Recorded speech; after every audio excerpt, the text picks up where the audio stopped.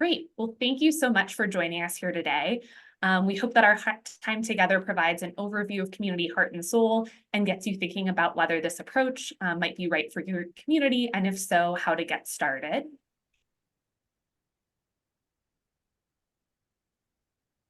Joan, if we wouldn't mind advancing to the next slide. Thanks so much. Perfect. Community heart and soul, piloting it here in Montana is a collaborative approach between Community Heart and Soul itself, the Montana State University Extension, and then also the Montana Community Foundation. All of our communities and organizations believe that small towns have countless assets, and their residents and leaders are leaders with knowledge, creativity, and drive to build a strong and vibrant future. And because of this commitment to small towns across the state, and acknowledgement that those on the ground know best about a roadmap for their future, both MSU Extension and MCF are really drawn to the community heart and soul models, grassroots approach, which you will hear all about during this presentation. And we also feel like community heart and soul complements many of our programs, such as our local community program here at the Montana Community Foundation, and then also our collaborative programs, such as Reimagining Rural, which we also do in partnership with MSU Extension. So overall, we're just really excited about piloting Community Heart and Soul here in Montana and about this collaborative partnership. So over the course of the next hour here together, we're going to walk through what Community Heart and Soul is, how communities can benefit from this community development process, what the various roles in Community Heart and Soul are, and then how your community here in the state can get started with Community Heart and Soul if you think it's the right approach for you. Before we get started, I just wanted to mention a couple of housekeeping items. We had everybody muted when they entered the conversation here today, so please keep yourself muted throughout the presentation just to keep down on reverberated noise. However, we invite you to put questions in the chat throughout our conversation here together. We will have 10 minutes at the end dedicated for question and answer. In addition, we'll also pause halfway through to take a couple of questions too. And then finally, the session is being recorded. We're going to send out the recording afterwards, and it will also be posted on our website, which I will put in the chat. And with that, I will hand it over to Joan Wagner with Community Heart and Soul to walk us through the model. Thanks so much, Joan. Thank you, Taylor. So good to be here, everyone. To see you, even if it's only virtually. My part will be about 20 minutes or so, trying to fit in a lot of information today. But I wanted to just start by talking about who we are and what we do as an organization, who Community Heart and Soul is. So, the broad, definitions that we're a nonprofit organization, a national organization who created this process called Community Heart and Soul. So both the name of our organization and the process is called Heart and Soul. And it's a step-by-step process for bringing people together to focus on what matters most to them and their community. Essentially, we're about lifting small cities and towns up to be the best they can be. And whether that's, being stronger, healthier, more economically vibrant, all of that and more. And how do we do this? Well, we start by training and supporting a nationwide network of what we call Community Heart and Soul coaches who provide facilitation and guidance to local communities who want to do heart and soul. And we provide all the materials and resources to go along with that. Why do we do it? Because we believe each community is unique, and that, as Taylor just said, that it's residents that have the answers to making their community even better than it already is. So you hold the vision for your community's future, and we believe your community is worth it. So that is why we developed all this. So just a little, brought even more definitional piece about Community Heart and Soul. So what is it? It's a primarily resident-driven process. It is guided by a coach, but the purpose is to engage as many people in a community as possible to help them identify what they love most about their community, the future they want for it, and how to achieve it together. We work with small cities and towns with populations under 30,000. So that's kind of our definition for small city and town. And the process can be initiated by local residents, government officials, or community-based organizations. But no matter who initiates it, all of those people and everyone who's living in a community is encouraged to be engaged along the way. So it really is a process for everyone. Where are we in the United States? So we're in action in over 20 states and over 100 communities. That means that we've been able to field test our model for over 20 years. So a lot of the things after this, there's just a lot of like illustrations and pictures, and all of these examples are from communities that have been doing Heart and Soul during that time period. So what are some of the common motivations for doing Heart and Soul, or reasons communities would even choose to do Heart and Soul in the first place? I mean, as I said earlier, it's really a way for people in small towns to rediscover what is unique and special about where they live. What are the positive things going on, and how do they build a vision from there? So I have this image up, and I'm wondering, what do you think is happening in this picture? This is a story or something that happened in a community that did Heart and Soul, Galesburg, Illinois. And they found that there was a lot of people who would kind of grumble, there's nothing to do in Galesburg. There's nothing, especially no free things to do. And one of the members of the Heart and Soul team kind of put together this huge board, as that you could see, put it in the public square, so people could come, and just invited them, list free things to do in Galesburg. And within a few hours, this board was filled with, as you'll see, almost over 80 things that were free to do in Galesburg. They ran out of space. They had to, bring out more boards, and they took this around and did it in different places. But the point being is that sometimes you're just not noticing or recognizing all the good things that are going on in the community. This was a very public way to do that. And they love this example so much that they actually had this made into a little postcard and then shared it, throughout the community. So everyone could say, well, I never knew you could do that, or just be reminded of the good things that were going on in the community. So that is one reason that communities are interested in doing Community Heart and Soul, to really kind of start a new narrative or refresh their identity and, the good things that are going on in their community, to start with the positive. Another big reason is that change might be happening to a community. Either there's increase in population, a decrease in population, demographics are changing, new industries coming in, industry has left. So there's things that are happening, and the community is kind of thinking, well, things are changing. What do we do about that? Now, some people may not want change, but if change is already happening, does your community want to be in the driver's seat, or does it want change to kind of be done to it? One of the things that I wanted to mention, and I think there might be a lot of folks on the call today who have been participating in Reimagining Rural this year, and I attended all those sessions and kind of loved, hearing what the speakers had to say. A lot of things kind of crossed over with what Community Heart and Soul offers, and kind of takes it even deeper than what you heard from some of those speakers. And I just was really reminded with this, that I think one of the last speakers, Rebecca Undem from North Dakota, was saying, well, even if you do nothing, change is still going to happen. And if you do nothing, it can be a major cost to your community. And I would say that we kind of take that view too. Another theme that I feel like that ran through the series was that rural runs on volunteers, and it's run by those who show up. And that's how things get done. Neighbors engaging neighbors. We agree. So that's a big theme for Community Heart and Soul. So I have a question for you. When we talk about public engagement and input, what do you think about? What image comes to mind? What does it look like in your community? And I wonder, does it look anything like this? Is this the image that you've kind of come up with, where, yes, there's offerings, a public meeting is warned, you go to it, and, a number of people show up. Maybe sometimes it's the same people.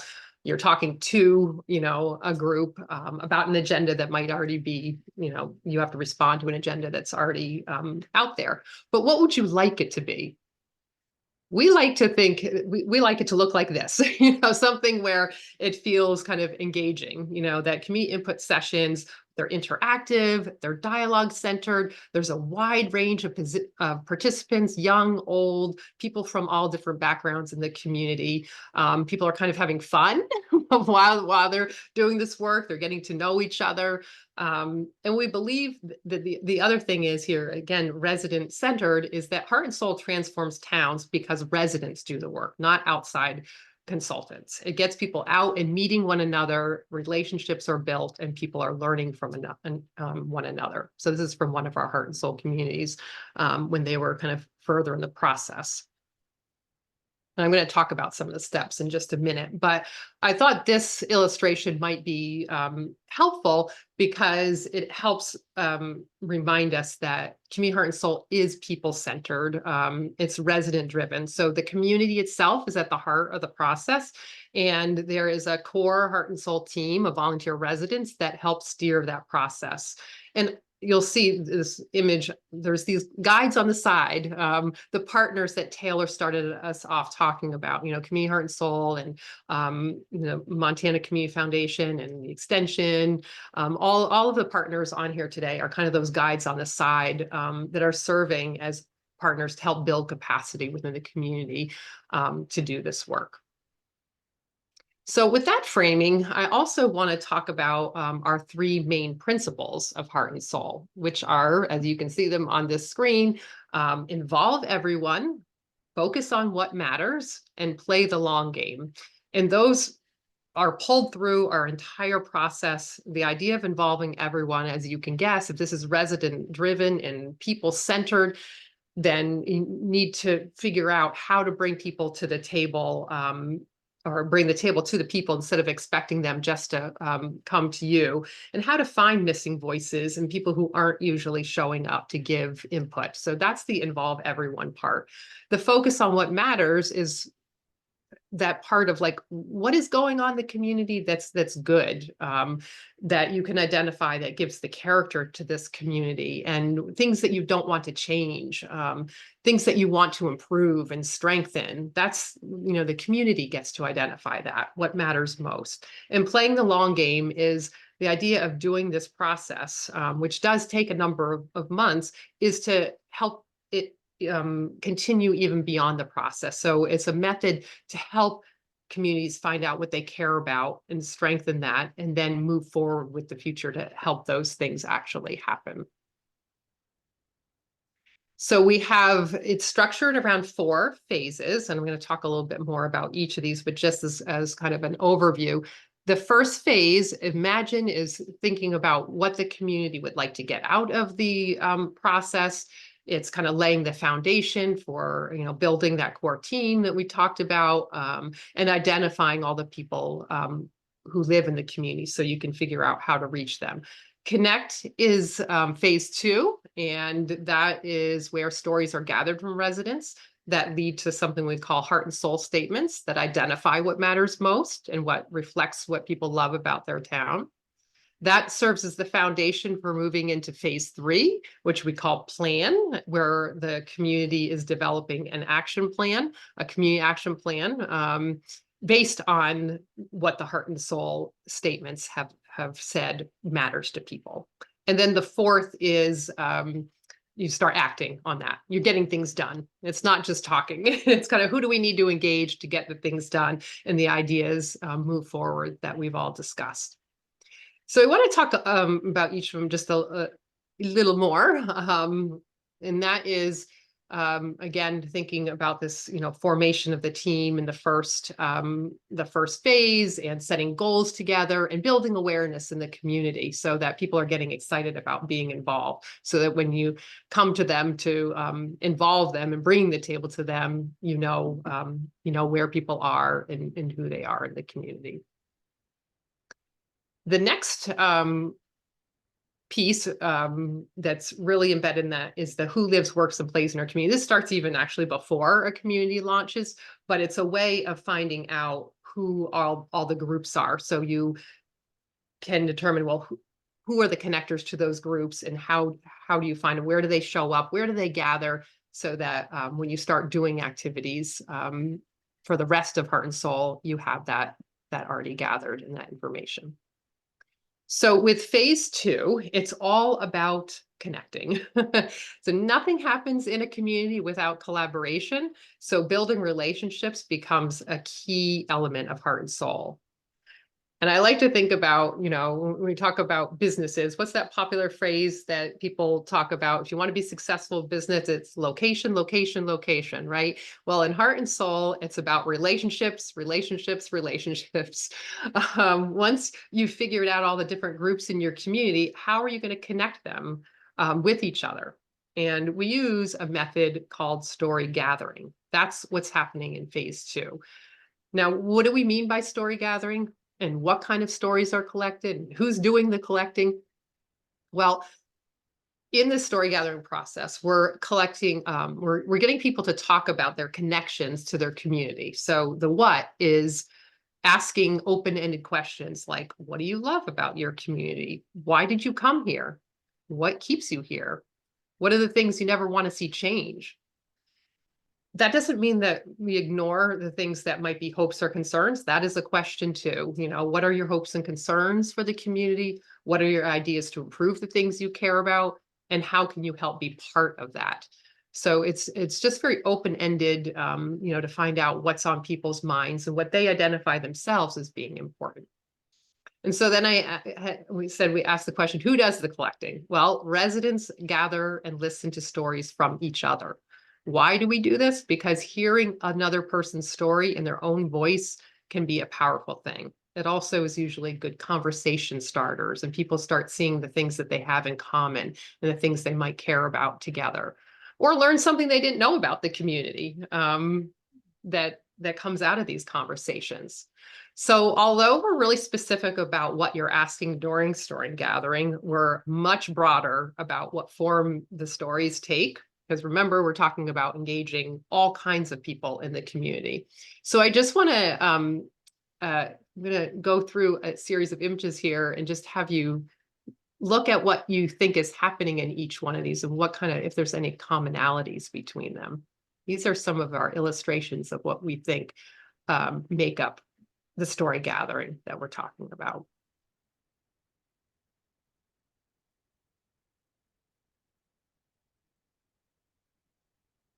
So here you can see these were coasters that were used in a community in Colorado where they just had at a bar.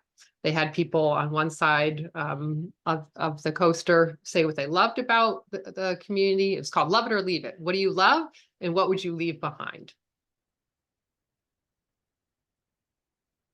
Here is an image of stories collected from children. A teacher helped out the team with this one and had children in her class fill this out, draw an illustration, and then write what it was that they really liked about their community and also what they wished the community had.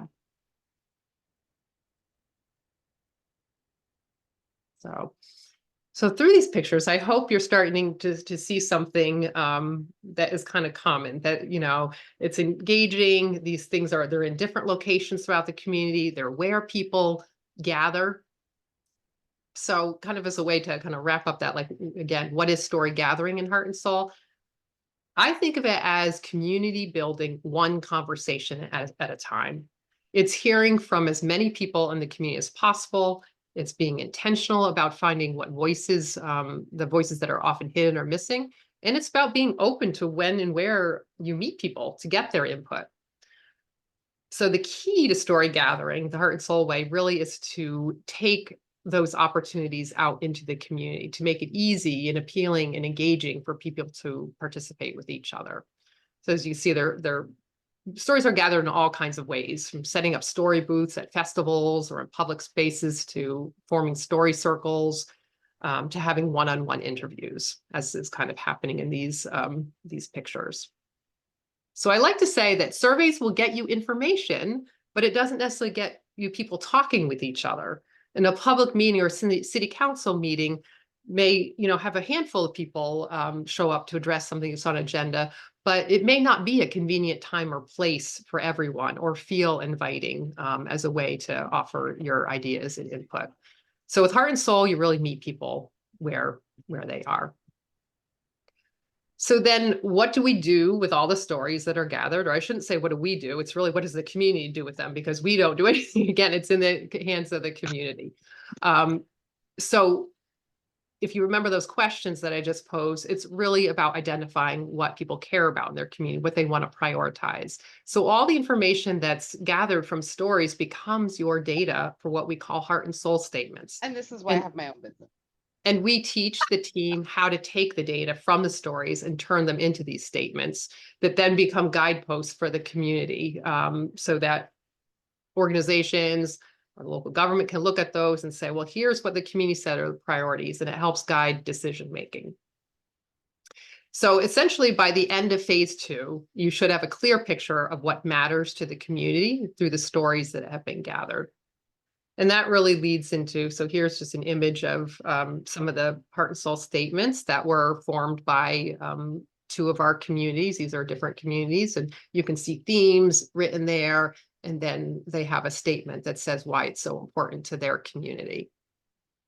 These all feed into the next 2 phases, phase 3 and 4. Everything kind of then flows from that. There's a planning phase where the community is then thinking about action ideas that were gathered and how those align with the heart and soul statements, and what are the things that they want to prioritize as a community. This gets fed into community action plans, and that in a time where the community is thinking about, well, who are all the organizations, partners, and individuals that come together to support, sponsor, and work on specific action ideas. One of the key things I think it's important to say here is that these community action plans are really, it's not owned by just one organization. It's not about the community coming up with a list to then hand to someone else, but it's a conversation where the whole community is kind of saying, well, how can I be involved? Which are the things that are important to me? So at the end of phase 4, then they have a community action plan, and the community goes on and starts to implement those and goes into what we call ongoing practice. So where I really want to end here before turning it back over to all the Montana folks is that there are a number of ways that communities talk about the way they've been transformed by heart and soul, and a lot of it is built in or comes from those relationships that they've built over time. Either they've said it's given them confidence to serve on local committees or to run for public office, or that they've met people that they're collaborating with now on a project, or that it's given them more positive feeling about the community that they're living in, or it has opened up, better communication. So there's no better way to share what that is than hearing from the voices themselves rather than just me. So what I want to play is a video. I had the pleasure and privilege of talking to a lot of community volunteers who did Heart and Soul from around the country last year and put it together in a series of videos. In this particular one, the focus is on them talking about what they think they gained. So I'd like to play that.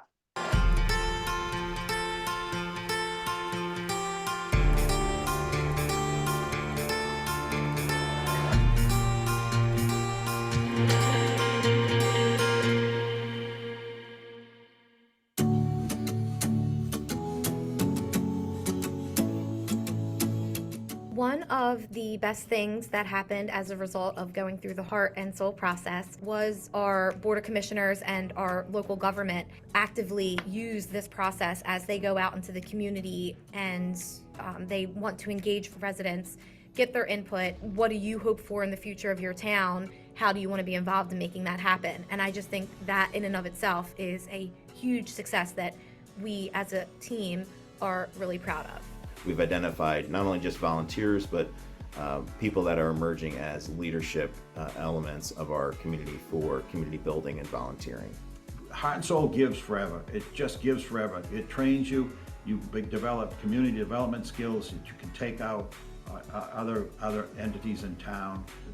Then you're building networks. You don't even know you're building networks, but you are. And networks are starting to bring that positive feeling of heart and soul out to the various groups. You go through your project, the groups are a part of that project. You're informing your local council. They're in touch with everything that's going on. They know everything you're doing because it's positive. There's nothing to hide. There's no hidden agenda. Well, I think the most important thing that resulted from Heart and Soul was again the first thing involving everyone, reaching out to ordinary folks, getting them excited about things that were going on in the city and what might happen. And then seeing some of those things happen kind of gave everybody a can-do attitude. I think it gives people a chance to be involved and take ownership in Galesburg. One of the most important things resulting in our efforts is bridging the gap between departments and the community. I would also say that a heart and soul process allows for some healing that can really transform your community. The process is very important in that way. It's going to help your community move forward together with everyone at a time when I think that is very important, when people are feeling really anxious and isolated and stressed out. We are like this with our city councils, whereas if we have ideas, if we have plans, they want to hear it. They want to know what Community Heart and Soul has gathered and what the people are saying. You know, they can't get right to us. They want to know what we're saying, and they go through Community Heart and Soul to hear it. And the Community Heart and Soul made sense because it was very methodical. It had a process, it had a procedure, which has really helped us get more of our residents involved. I can't tell you how many people are more involved in the community because it's Heart and Soul initiative. The people that never have done anything are now going to council meetings, they're filling out the citizen forms to get on committees. It has really helped.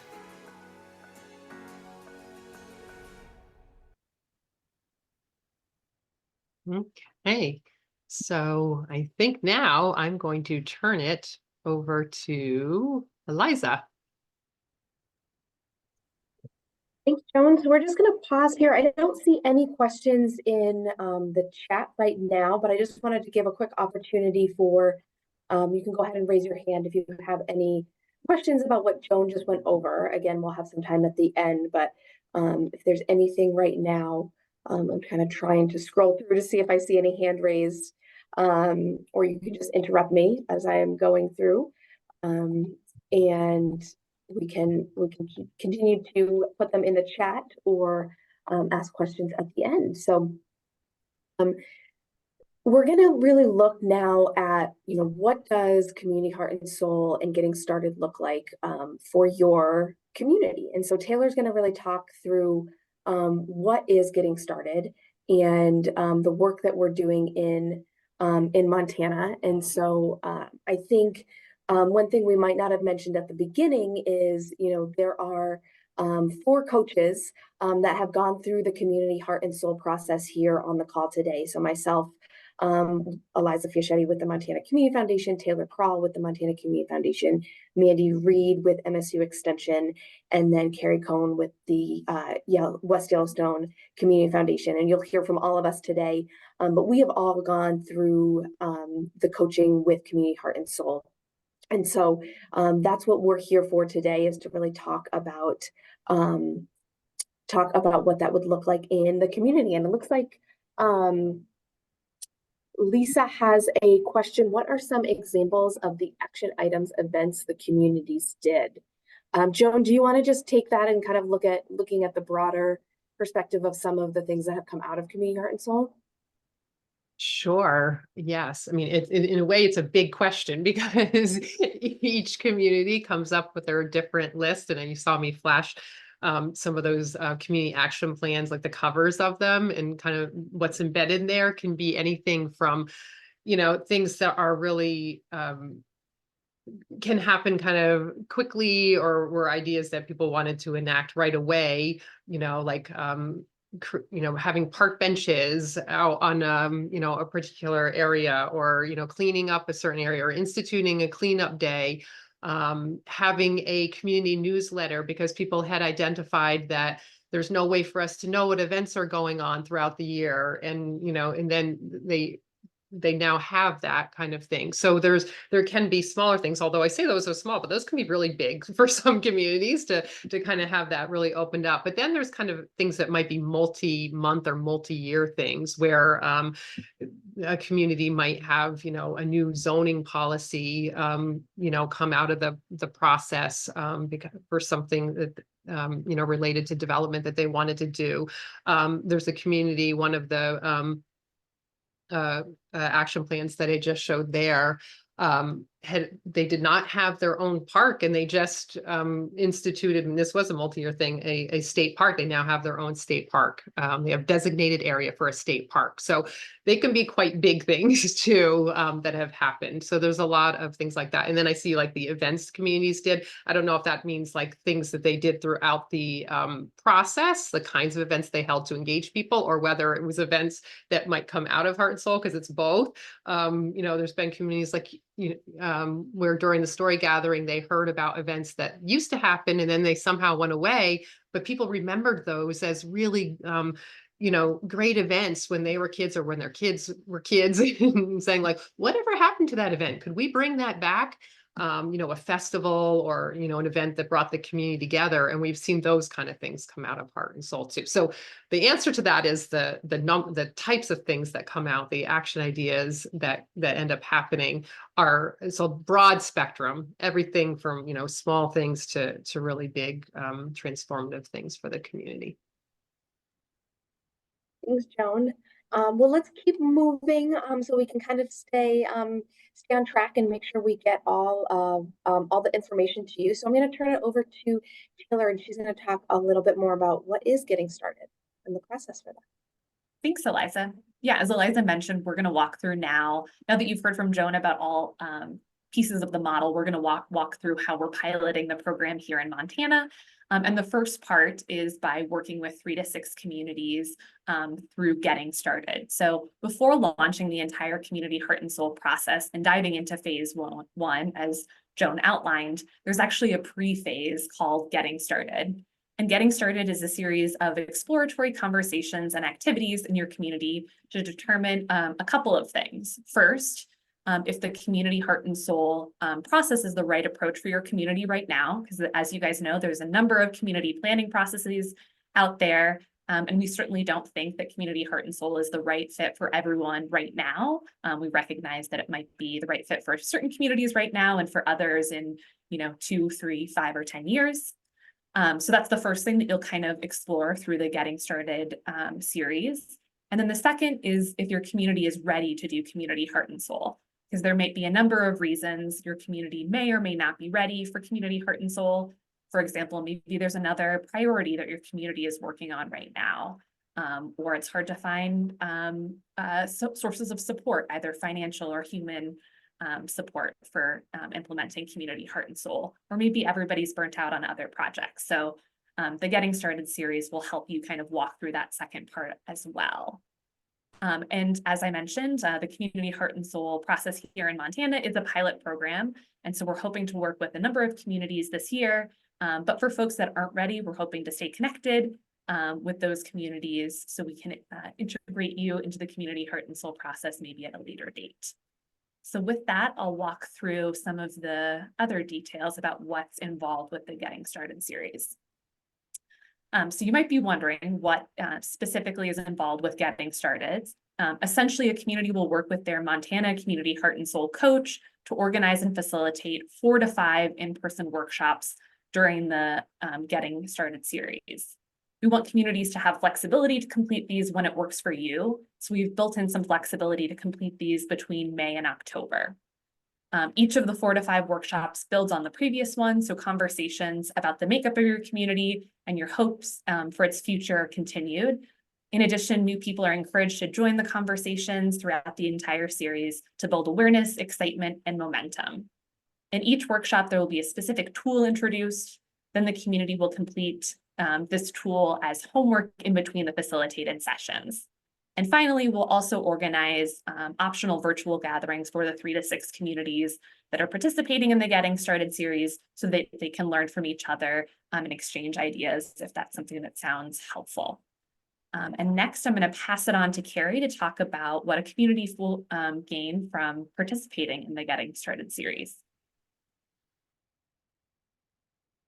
So all of these Getting Started activities will help to see if Heart and Soul is right for your community and what you might do in order to get ready. These activities will be motivation for possibly starting a project with fellow residents. You will get tools that you can use, which I'll detail in a second. but the tools are useful for just about any project that you might want to get started in your community. Information and inspiration, you'll get positive conversation about the possibilities in your community, not just your problems. Through supported exploration, you'll get a coach to guide and facilitate community conversations so that you can really get the most out of your time and the activities. And then you'll expand your network. You'll meet people in your community that you might not know yet and would hopefully like to. So getting started helps prepare the community for doing Heart and Soul. It'll give you all the pieces to put together a strong application to launch Community Heart and Soul with identified goals, partners, resources. Should you want to proceed with the Heart and Soul program, it's also going to help you with the resource plan, identifying who the key people and organizations are that can help you think about resource planning for projects like Heart and Soul. And then if you could go to the next slide. So the tools that you can use, which you'll be able to carry this on to any project that your community might want to do. Community readiness inventory, that's a positive conversation about civic health in your community, where community strengths are seen as assets that will help a project succeed. And opportunities can be viewed as motivation for doing a project in the first place. It gets people talking together about where and how do you want your community to grow. And then hopes for the future, names the things that you want to achieve together. And it's not just bricks and mortar projects, but really how you would like to see your community be stronger, more vibrant, and how you want to be known in the future. You'll also go through who lives, works, and plays in your community. And that's a community brainstorm that helps you discover all the networks in your community, both hidden and visible. And then spreading the word is how to talk about Heart and Soul and explain it to others with the communication plan and that resource plan that I had mentioned before.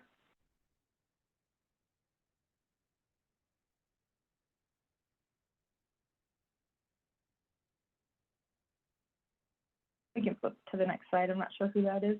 Sorry. Great. So we know that there is a lot to getting started. And we are really here to, as coaches, here to support you and your community through this process. As the community, this is an endeavor you must lead, but you're not there to do it alone. The community Heart and Soul coaches, Carrie, Mandy, Taylor, and I will help really lead and facilitate conversations and workshops in your community. And this includes exercises that can be done in your community and other materials. In addition to that, we have and we'll be able to provide some financial resources, including $500 towards getting started activities. And that is, getting food and materials for meetings. As we all know, food can sometimes get people to meetings. So having those things available. And then there's also offering a stipend for the point person during this kind of exploratory phase. And we'll talk about what that is next. Joan, if you want to move us along one more. So the exploratory coordinator or the point person. So this is really somebody who will lead the process in the beginning. This is somebody that can serve as the point person to be in regular contact with the coaches and organize community members to participate in getting started.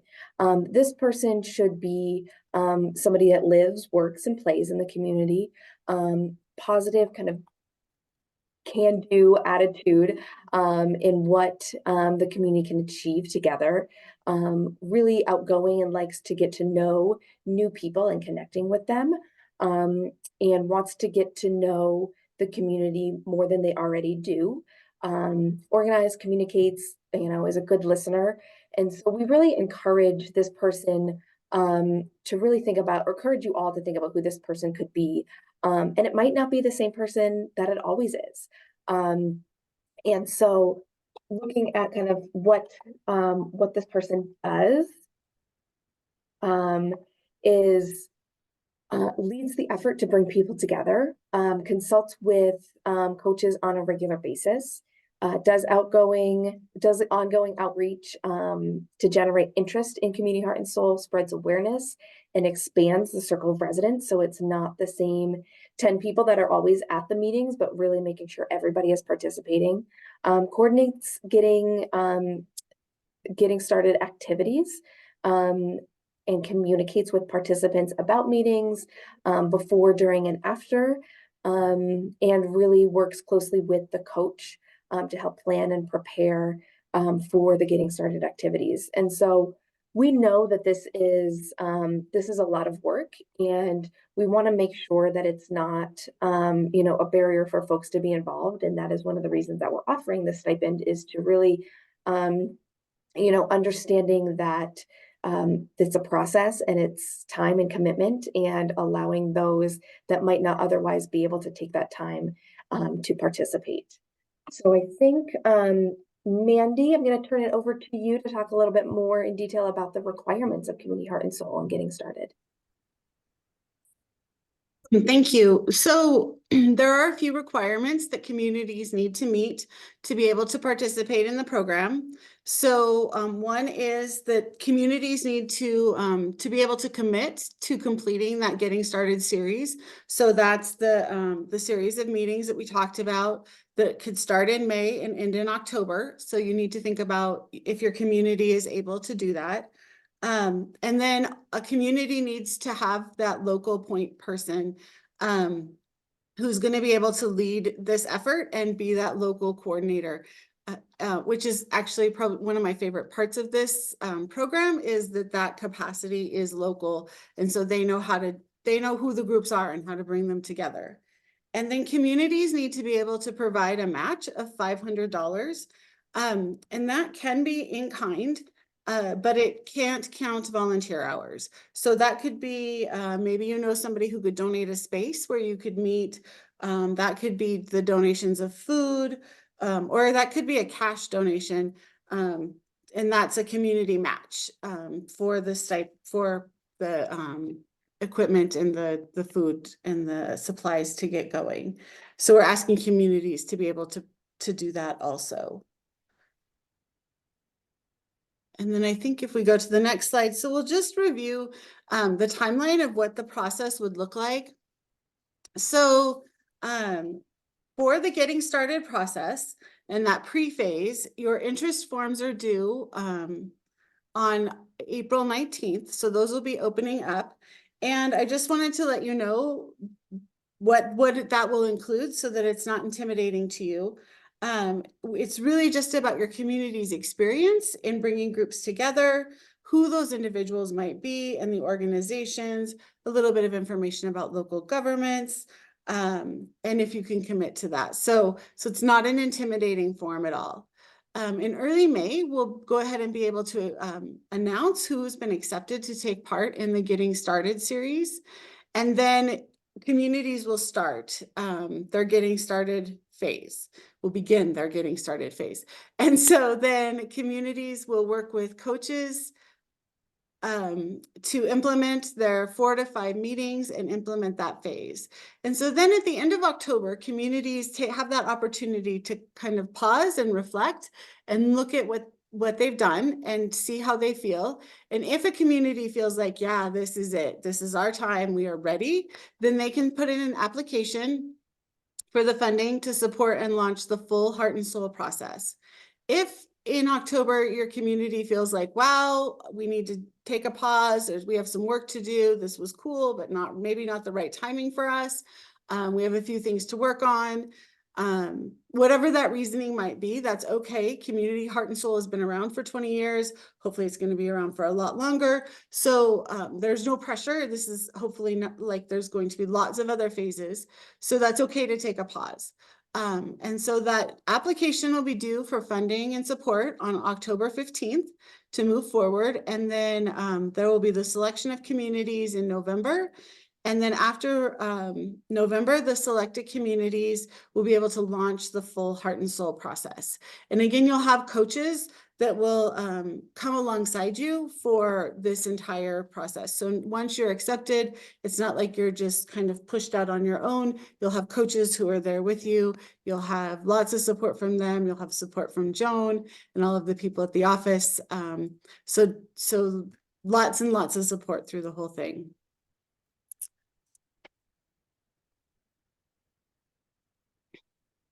So we'll just look really quickly. We won't go too deep into if you are selected and launch Heart and Soul, what that means. So you'll be provided, each community will be provided either 1 or 2 community coach, depending on how many communities we have. So Mandy, Taylor, and Carrie will be those coaches. In addition, we know that this takes, it takes time and it takes money. And so there are seed grants available through Community Heart and Soul, as well as some funding through the Montana Community Foundation to help support these community efforts. And so that is something that once we have all of the communities, we'll talk a little bit more in detail about what that funding looks like. The Community Heart and Soul Project roadmap and all of the materials and resources and toolkits that really walk you through a step-by-step process. Having gone through the coach training, the materials are really impressive and really helpful and can be very easily tailored for your community. And again, you won't be doing this on your own. You have, you will be having coaches that can walk you through the process, be there to answer questions, support you along the way. The community is, again, the ones doing the work, but we're here to support you and answer those questions. So that's what we will help provide if you continue to be a Heart and Soul or fill out an application to be a Heart and Soul community. So I think we might actually be on time. And so now we've got about 10 minutes left for questions. So we threw a lot of information at you. So first, this will not be the last time that you can ask questions. I think the next slide or one of the next slides has all of our contact information. So feel free after this to talk to any of us about specific community questions. But we want to take some time. Either you can put something in the chat or just come off mute and ask any questions you might have.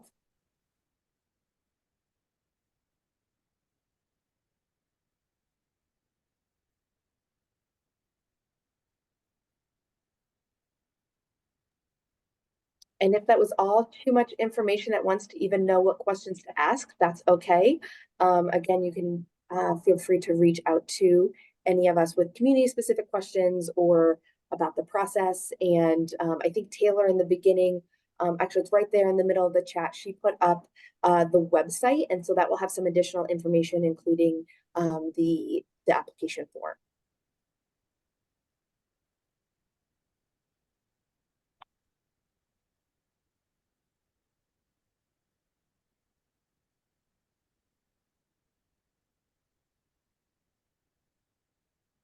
I don't see any hands up or any questions.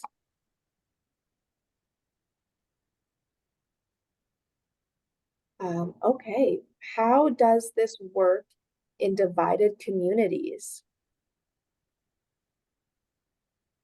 Joan, do you, with the most experience, do you want to take this? Yes.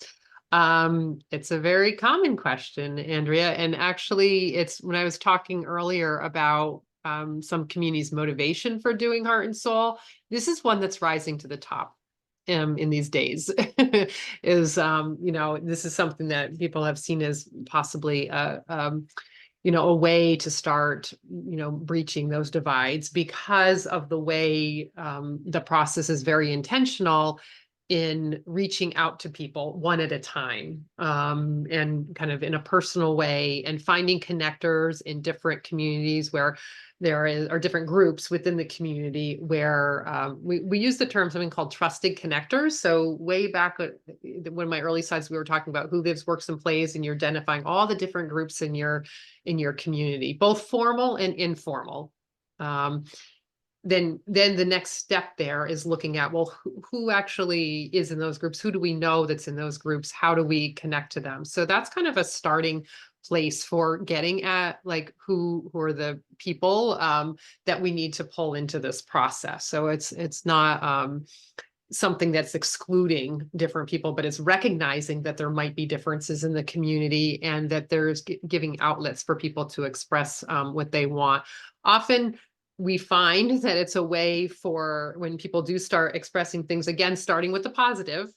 It's not to ignore that there are, issues or challenges in the community, but starting with the positive often allows people to open up conversations that then lead to the more challenging conversations. But at least when we start determining our common ground, that's what those heart and soul statements are about, that the community itself has expressed what they care about and what matters. And then that it becomes the common ground from which everything else flows, the conversations that happen afterwards. I think I will also say something that might be kind of underlying here too is, and I should have said this in, the very beginning about, who we are as a national organization and even our model is that it is apolitical, it's nonpartisan. It's not, we do not ask anyone, what your party is. We don't want communities to necessarily be asking that. It's not about like, a group that you belong to. It's about what's the conversation about what's, in our community and the people, the places, the events, the things that are things that we want to talk about. So I hope that starts getting at that question a little bit.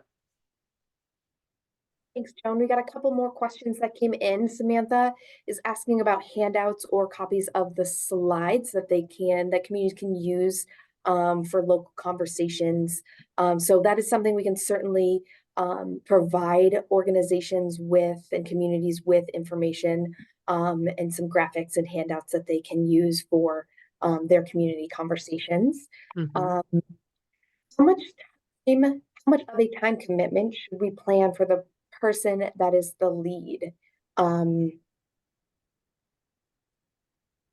you want to take? Are you going to say me to? I mean, Don't you just keep going? Okay, keep going.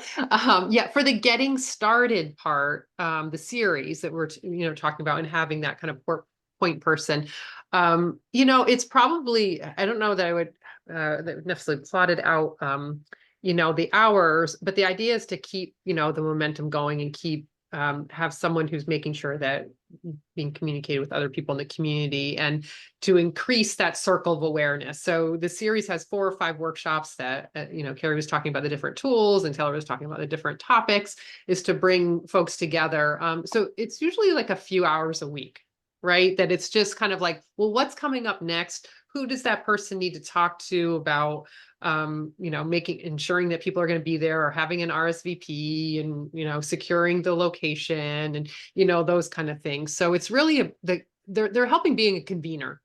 The coach is the person who will help facilitate the workshop and the conversation. And then it will in between those, the community would go out and kind of do what we call a little homework, but it's like whatever tool is or whatever the task is, the activity that the community might have to go do that, a little gather some people together. So it's really that person is a convener. Great. And there is one question. There's another question that Mandy answered, but I'll just read that out. So just in case anybody misses it, but a question on how can extension agents have a role?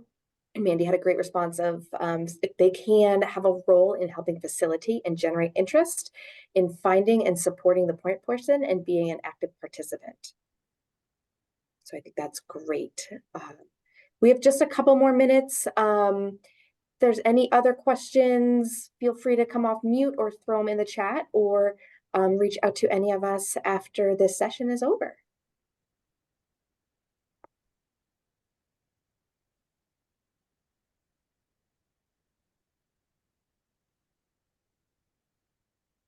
I don't see any. Well, thank you so much, everyone, for joining us today. We are really excited to launch this in Montana. And again, reach out if you have any questions.